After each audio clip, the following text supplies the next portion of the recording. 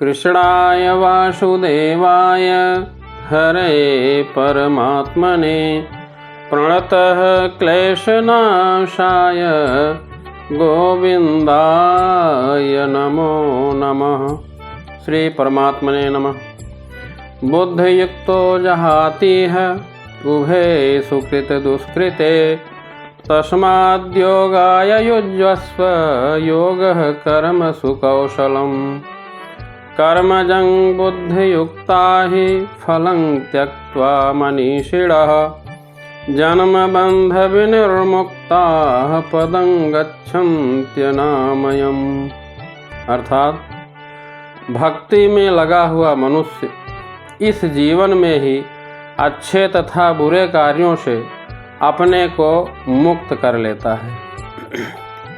अतः योग के लिए प्रयत्न करो, क्योंकि सारा कार्य कौशल यही है। जीवात्मा बहुत काल से अपने अच्छे तथा बुरे कर्मों के फलों को इकट्ठा करते रहता है। वह निरंतर अपने स्वरूप से अनभिज्ञ बना रहा। इसी अज्ञान को श्रीमद् भगवद गीता के उपदेश से दूर कर सकते हैं। यह हम लोगों को भगवान की शरण में जाने तथा जन्म जन्म के कर्मफल की श्रृंखला का शिकार बनने से मुक्त होने का उपदेश देती है। कर्मफल के शुद्ध होने की यही प्रक्रिया है। जिसने उन भगवान के चरण कमल रूपी नाव को ग्रहण कर लिया है, जो दृश्य जगत के आश्रय हैं और मुक्ति के दाता हैं, उनके लिए यह भवसागर गोखुर में समाये जल की तरह है।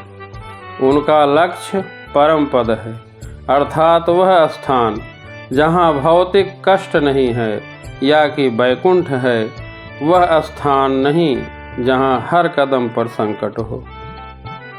मनुष्य अपने अज्ञानवश यह नहीं समझ पाता कि यह भौतिक जगत ऐसा दुखमय स्थान है जहाँ पद पद पर संकट है।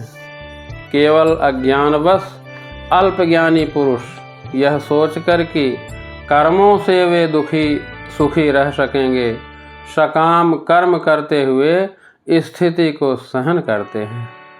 ऐसे लोगों को यह ज्ञान नहीं है कि इस दुनिया में कहीं भी कोई भी शरीर ऐसा नहीं है जो दुखी न हो। संसार में हर जगह जीवन के दुख, जन्म, मृत्यु, जरा, व्याधि विद्यमान है, किंतु जो अपने वास्तविक स्वरूप को समझ लेता है और इस प्रकार भगवान की स्थिति को समझ लेता है, वही भगवान की प्रेमा भक्ति में लगता है और ऐसे मनुष्य ही वैकुंठ लोक जाने का अधिकारी बनता है, जहाँ न तो कष्टमय जीवन है और न तो काल का प्रभाव तथा मृत्यु है। अपना स्वरूप जानना इसका मतलब होता है। भगवान की अलौकिक स्थिति को भी जान लेना। जो मनुष्य भ्रमवश यह सोचता है कि जीव की स्थिति तथा भगवान की स्थिति एक समान है, तो वह मनुष्य अंधकार में है और स्वयं भगवान की भक्ति करने में असमर्थ है।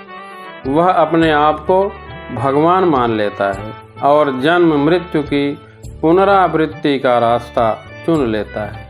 और जो यह समझते हैं कि मैं तो सेवक हूँ, तो वे लोग अपना जीवन भगवान की सेवा में लगा देते हैं और वैकुंठ लोक जाने का अधिकारी बन जाते हैं। जय श्री कृष्ण।